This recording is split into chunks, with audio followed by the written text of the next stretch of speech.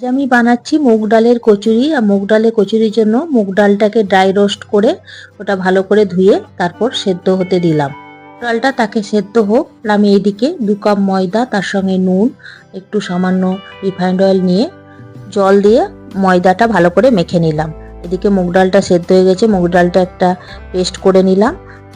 এরপর একটা ফ্রাইং প্যানে 1 চামচ জিরে, 1 চামচ ধনে আর 2টো শুকনো লঙ্কা আর 1 চামচ মৌরি ভালো করে ভেজে ওটা মিক্সিতে গুঁড়ো করে নিলাম। এরপর আমি ফ্রাইং প্যানে 2 চামচ মতন সাদা তেল, তার মধ্যে হিং, আদা বাটা আর তারপর আমি মুগ ডালের পেস্টটা দিয়ে দিলাম।